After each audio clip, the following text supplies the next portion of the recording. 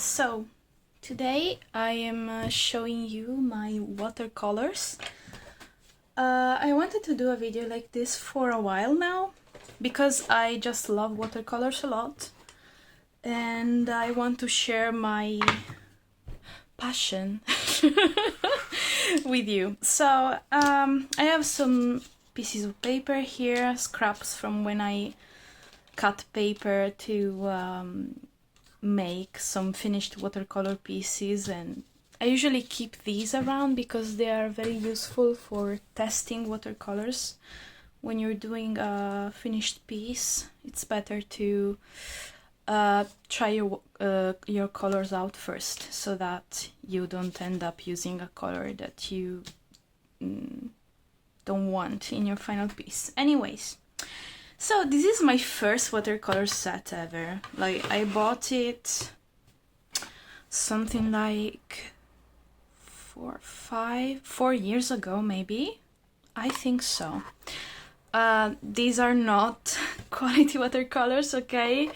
Some colors are better than others, but these are definitely like they're good for learning, let's say that. I have my watercolor jar here. Basically, when you use this kind of watercolors, maybe it's better if you spray them with water first, because they will be easier to use. Basically, you activate them. Usually when you have like higher quality watercolors, this might not always be necessary, but if you activate your watercolors, you won't have to aggressively dip the brush into the pans, because that ruins the brushes on the long run. Anyways, some of these watercolors kind of separate. You can even see it here, like the pigment has the tendency to separate, I guess. See those tiny specks? Yeah, this is because these are not super high quality, as I said before, but they get the job done. I think they're good for drawing in your sketchbook or things like that. And I wanted to show you how they look on paper. Let's see a cool color. See, they all split. Oh my god, I haven't used these in quite a while. Yeah, they're reliable in the end. You can still use them to do different things, but yeah, if you want to do a gradient, you can do it, no problem. They don't really bloom. See, when I put them in a place, usually they stay there. Yeah, so they're pretty easy to use. Let's see how they mix a little bit. See, they don't bloom, or if they do, it's almost unnoticeable. Anyway, as I said, they get the job done. So if you want to buy these to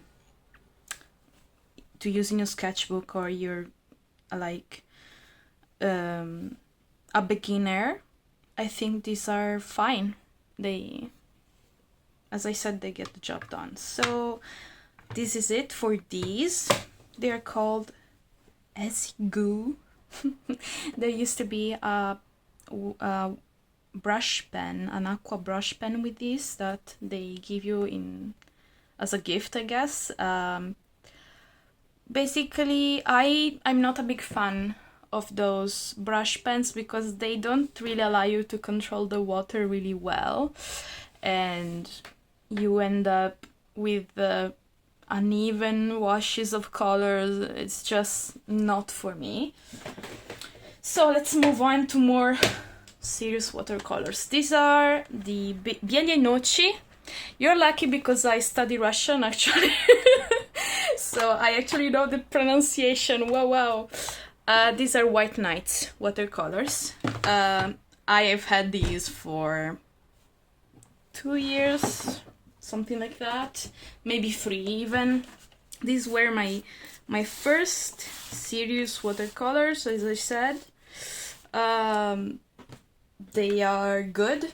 They are still very good, even after quite some time. And I try to keep this palette clean, but sometimes it's hard when you're using watercolors a lot. Actually, it doesn't even make a lot of sense to keep your palettes clean at some point. Of course, you don't want your colors to be contaminated. That's fair, absolutely. It's just that, especially when you're mixing here on the wells, one, you waste watercolor if you're always cleaning these. And also, yeah, there's not much of a point in always staying there and cleaning. I often clean because I'm made like that. But I guess unless you're contaminating your colors and you need some clean space, try not to clean your wells very often. It doesn't make a lot of sense in the long run, as I said. Anyways, let's see some cool colors. I really like some greens by White Nights, especially this green here. It's very dark. It's very beautiful. See, in this case, the color does not, the pigment does not separate.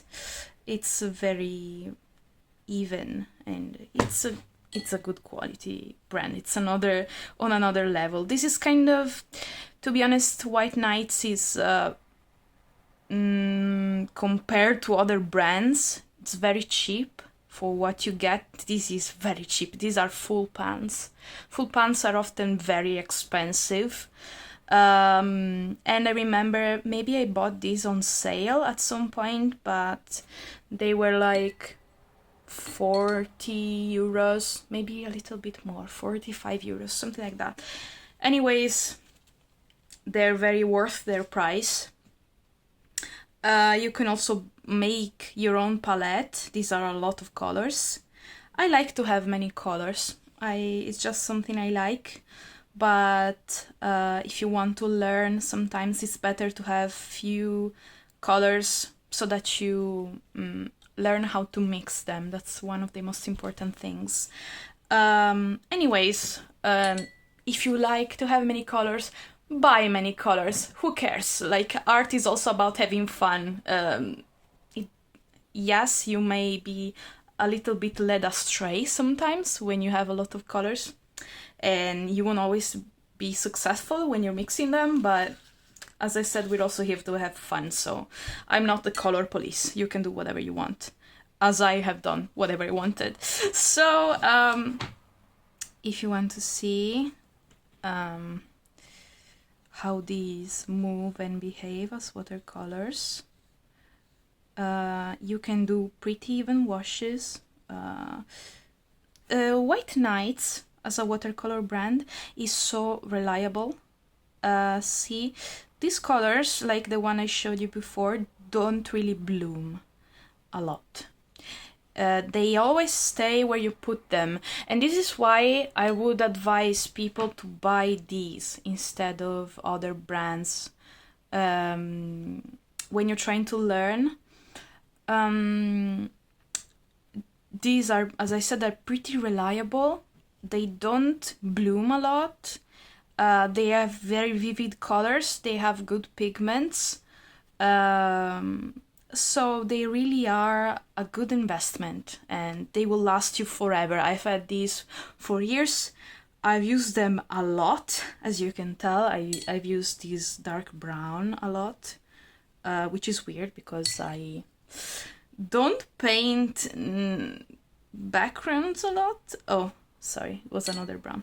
I don't paint backgrounds a lot, but yes, this brown is it's very beautiful color. It's very dark and creamy, cool color. This brown here, as you have noticed, separates a little bit more. Yeah, maybe not all the pigments have the same quality, but this set has some blues. I love this blue so much. It's one of my favorite blues. It's just so vivid and pretty. And I should have the watercolor chart. They give you a piece of paper where you can test your colors with it together with this set. And yeah, I didn't really know how to make washes back then or test swatches, so they're a little bit weird. But yeah, you can see all the colors. As I said, this green is so pretty, and I really like this effect here. There was probably either a droplet of water or something like that. Anyways, these are very beautiful, and yeah, they're very easy to use too. They're not hard to control. So yeah, these are the White Nights watercolors. Very pretty, always reliable. So let's move on to more watercolors. I guess I'm showing these watercolors also in order of price, something like that. Sorry, you might have guessed that English is not my first language, so sometimes I might use weird wordings or yeah. And these are Kuretake Gansai watercolors. These watercolors are particular. They aren't really they are not Western watercolors. They work in a very different way. They have glues inside or things like that, and basically, see, they crack on the surface. They are kind of peculiar watercolors, and when you use them, they are a little slimy in a way, but I love this blue so much. They activate very easily, as you can see. They're very creamy and pretty, but I guess a downside of these is that as you can see, they bloom very easily. So not as much as other brands, but they definitely bloom more than let's say White Nights. So you would have to consider that when you're using these watercolors. But they are very pretty, and yeah, some of them have white, especially all the pastel colors like this, and this. They have white in them, and usually when colors have white, especially when it comes to watercolors, they are more hazy,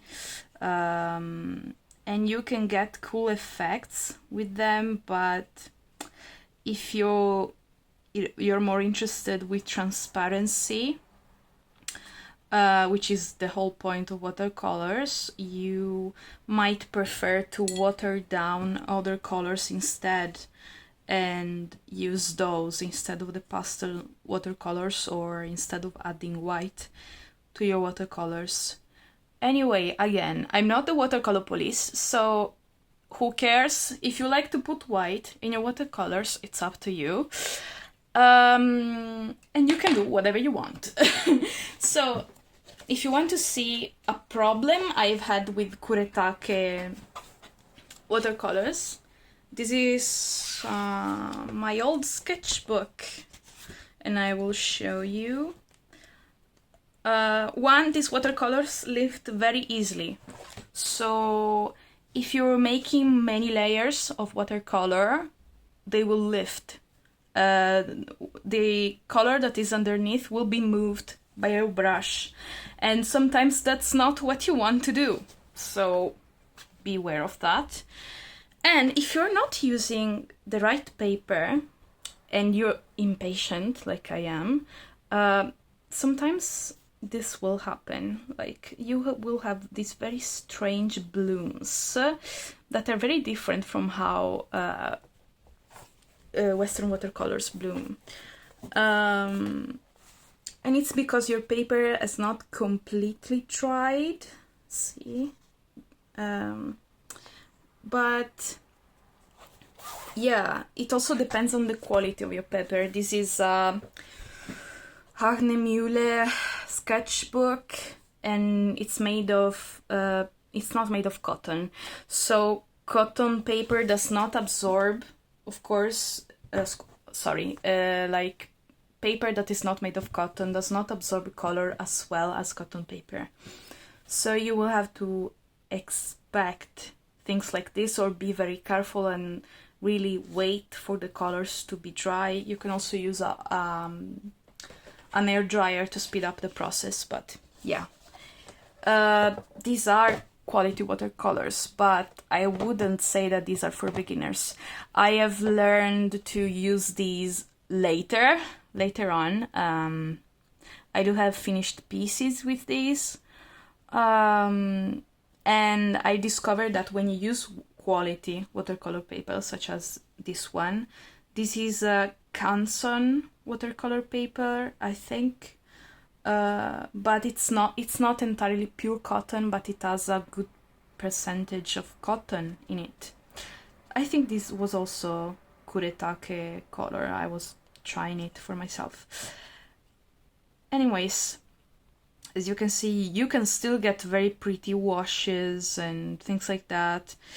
This color are less predictable, they are more opaque, and sometimes like they have this slimy consistency that's very different, as I said, from Western watercolors, but it's also because their purpose is different. Like, I think they are also used in traditional writing, either Japanese writing, I think. Like, you usually use these brushes here. So yeah, it's up to you if you want to experiment with these or not. They are still very good and pretty watercolors, and like the White Knight watercolors, they are kind of mid-tier when it comes to price. So they are still kind of pricey, something like 60 euros. They're pricier than White Knights, but if you have a chance and you're interested, try them out, because they are very pretty. So yeah. So let's move on to something that's still not too expensive, but in this case very high quality, the Roman Szmal watercolors. I don't really have case for this, because my main case has been I have made my own palette in that case, so I am keeping these on the side in a box. These watercolors are, as I said, very good quality. They are very pigmented. I think they are made by a Polish artist. I'm not entirely sure how to pronounce all the names, so but I had bought an initial set with a pre-made set of these just to try them out, because I was very curious and they look very good. So I had bought that, and then I bought other colors with time. Like I bought single pans. So as you can see, these, like the White Knights, are full pans, so you get a lot of watercolor. And unlike the White Knights, these colors are always a little bit sticky and they never completely dry. I guess it depends on the way they are made. But this is not at all a bad sign. Like, they are very high quality, as I said, and they are so bright. Like, they are so beautiful. These, like in the case of Kuretake watercolors, you really need to be careful and wait for the color to dry completely, because if you don't, these colors will spread so easily. They bloom much easier, and they will flow up to the edges of the paper, so it's very easy to get hard edges with these watercolors. And it's yeah, I usually use them to make big washes because they are so pretty when it comes to washes. See, and so bright, they're so beautiful. And they're very useful, as I said, when you're making big washes, because your washes will be very even since they spread so easily, and they keep flowing. So unlike White Nights and those kind of beginner watercolors I showed you, these won't stay in the place you put them in. Yeah. However, something that these watercolors have that all the others that I showed you don't, is that they granulate. That's the thing. So granulation is when the pigment separates, but in very beautiful ways, and this is purposeful. Like, it's not because the watercolor is not high quality, it's because this is how the watercolor was made, to separate and to create beautiful effects. One of my favorite colors that I have bought by Szmal is gray, that I have off camera actually, because it's in my main palette. It's a gray that's called something like Misty Morning, I think. This gray is so special because I put it down here, and it's one of those hyper granulating watercolors, and as it dries, it splits into different colors. Also, it creates a very beautiful hazy effect. I think if we wait for this to dry, then later you will see what I'm talking about better. I think you can already begin to see the watercolor separating. Like, you have these pink particles. It's very beautiful, a beautiful effect. So yeah, these are the Szmal watercolors. These are very high quality, as I've said. Maybe they might not be for beginner watercolor artists. Maybe wait a little bit before buying these. I bought them last year when I really became more serious about watercolors. But they were a good investment. They are very cheap for the quality they offer, and also the quantity of watercolors. These last years, okay? This will last you forever. Like the White Nights, they will last you for a very long time. I do paint, usually I do paint in small formats, so maybe these might also come into play. Like, if you're always doing big paintings, you might finish these faster, but still, they're a good investment, high quality, but they have some downsides for beginner artists, so you might have to keep that in mind. I also think these watercolors either work very well with people who have a very painterly style, so they don't really use line art as much. The line art will fade into the background, I mean, in the layers of watercolors that you apply. And they also work really well with people who use line art at the same time. So I know it's kind of seems like a contradiction, but this is due to the fact that these watercolors create very harsh edges, so they depends on how you're working with them, of course. But so they can either work with people who have a very painterly style, but also for people who have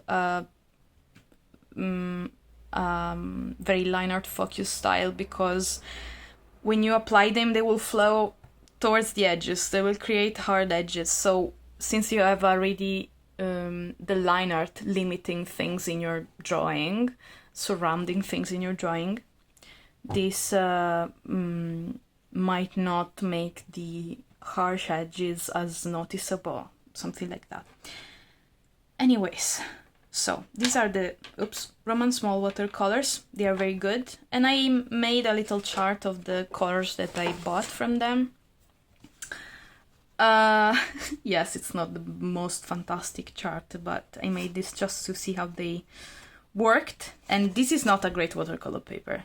Don't buy this one. I made a mistake, but I still use it to exercise sometimes, but it's not great. Anyways, see, this is Aquarius black, which is a very particular black from them, and it's kind of a hyper granulating color, and it does these very cool effects. So yeah, and this is also a very great color by them. I think it's the neutral tint, and it's kind of purplish, grayish. It's very cool. It's kind of a mixture of different pigments. Yeah, so this is it for Roman Szmal. And now we are moving towards... maybe it's better if I talk very quickly about inks first. So these are inks.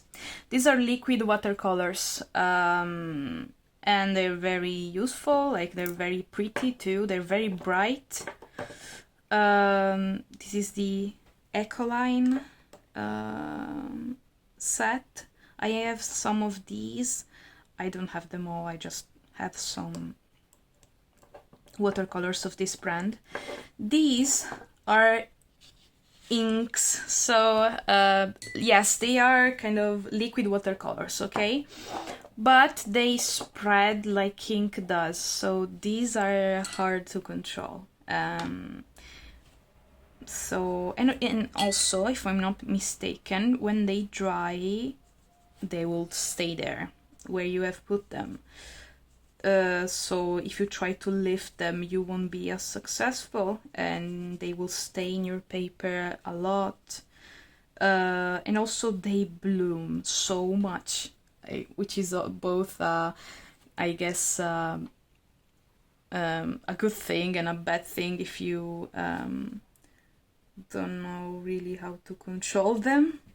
As you can see, they spread so easily. And you can have extremely beautiful effects with these colors, but you also have to be mindful of their downsides, as in that they are harder to control and stuff like that. At least this is what I think. I follow artists, watercolor artists, who use these to shade their watercolor drawings, and then they go over with regular watercolors to put in the flats, let's say.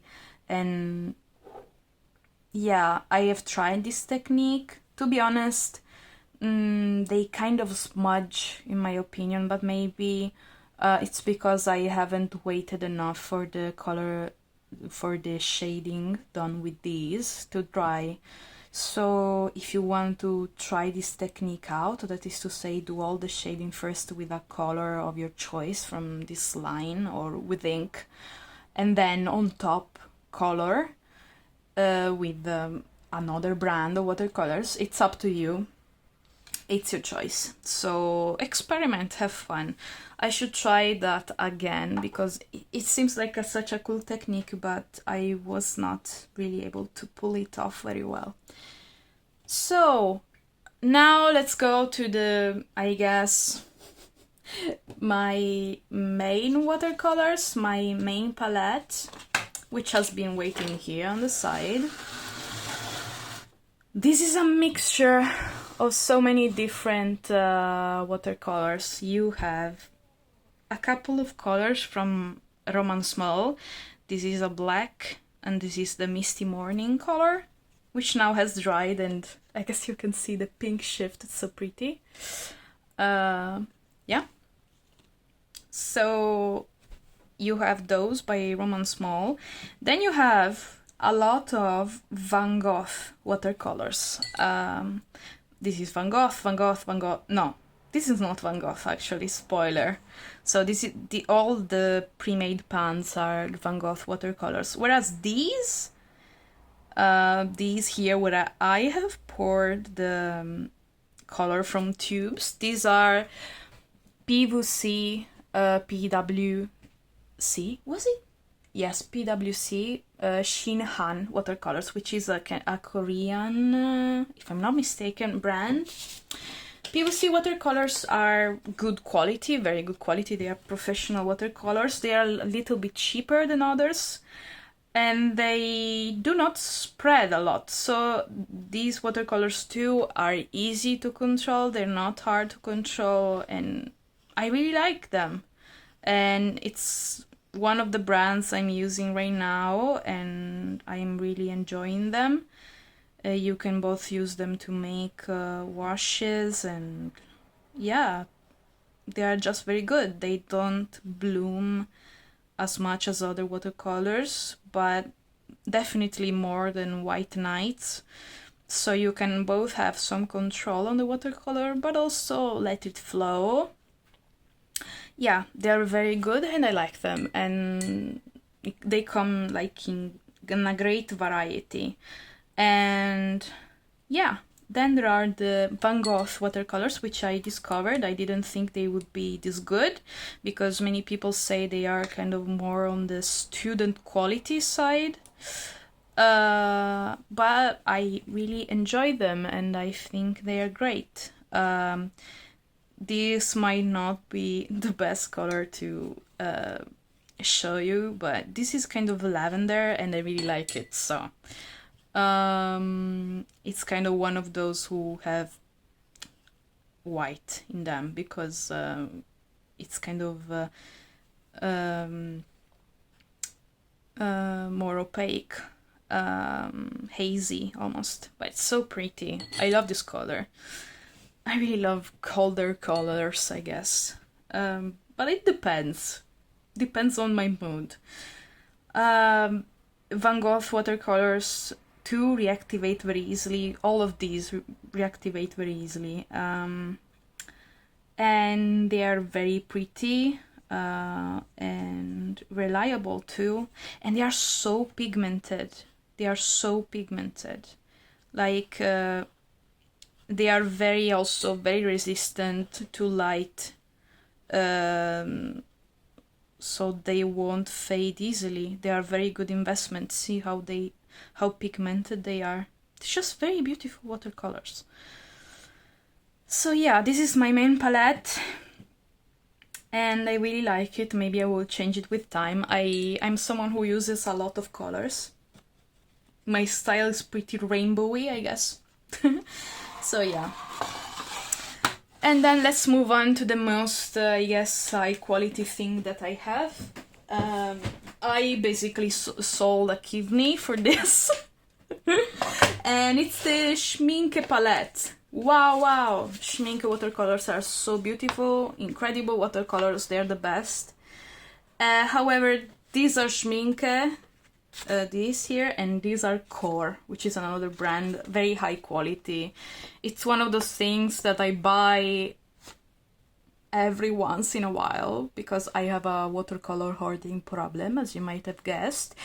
But I also don't have money, so I really need to spread these things out, because otherwise I will end up in complete red. Bankrupt. So yeah, as I said, these are all Schmincke, and this is Gogh watercolors. I kind of made the swatches as they said here, as they describe it here, where they wanted you to put watercolor here and then water on the other side of the swatch and unite them, mix them. However, this, especially when you have more water and can't control it really well, creates this effects, which is kind of good because you see how the pigment sticks to the paper, I guess, and how it moves and stuff. So yeah, same for core watercolors, even though core are very different from Schmincke, a whole other thing actually, and I will show you why. Say hello to my blorbos. Oh, there you go. I have the dirty palette from last night because I was painting. I love these watercolors very much. My god, I've used this black so much. Help me. I really like the black by Schmincke, and I'm not a fan of mixing my own black, but you should. But it kind of, sometimes it separates, and I prefer a neutral black. In case if I want it to be warmer or colder, I will put in some blue or some red in it, or whatever the context of the other colors demands at the moment. So, Schmincke watercolors, super good. They reactivate very easily. I really love this color here. It's kind of, if I'm not wrong, kind of an English red, I think. Anyways, it's kind of this reddish orange, and look, it looks literally like tea. So yeah, it's very pretty. These watercolors are so pigmented. They are not very hard to control, but they do bloom more than the others, than Van Gogh or Shinhan. They're also much higher quality because these are very, very good watercolors. And they are the favorites of many artists, even professional artists. Yeah, there's not much to say about Schmincke besides they are super good. With the fact that they are so pigmented, however, some people might not prefer them in the end, because they are very hard to lift from the paper. One of the techniques you can use in watercolor is lifting. That is to say, when you don't like how your watercolors has been put down, you can dry your brush, as I have done off camera, and then lift the color like this. You can also use paper to do this. There are many ways, but it will give you an even texture, like dry brush. Anyways, yeah, they stain the paper a lot because they are so rich in pigment and beautiful, which is kind of a problem, let's call it problem, with the Roman Szmal watercolors too, because they are such high quality. The pigment is such high quality. Yeah, you don't require a lot of it to draw, but this is kind of the downside of it, I guess. So yeah, and then we arrived to the end, and I have also finished the watercolor paper, so that's fitting. These are the core watercolors. I don't have a lot of core watercolors. I have 10, something like that, because these two are very expensive, and I've bought some particular watercolors when they were on sale or things like that. These are the, let's say, the hardest watercolors to control because they bloom a lot, and I really love this indigo. It's so beautiful. Indigo is one of my favorite colors, and this indigo is incredible. But when I show you how these watercolors spread, you will see why I say that they are hard to control. Like, kinda like, they almost behave like inks when it comes to blooming. See? Ah, this is so pretty. They bloom like crazy. And they are very beautiful. However, they're hard to control, so I wouldn't recommend them to a beginner. I use them in washes or when I don't need to be extremely precise, or when I make mistakes I lift them, but these two are very pigmented, so they might not lift as easily as others, other watercolors. But it's kind of worth it because they are so... Wait, I wanted an orange. They are so beautiful. See, it's also different from They are they have a different pigment from Schmincke, of course. They spread like these, if I'm not wrong, because they have honey in them, and they have kind of natural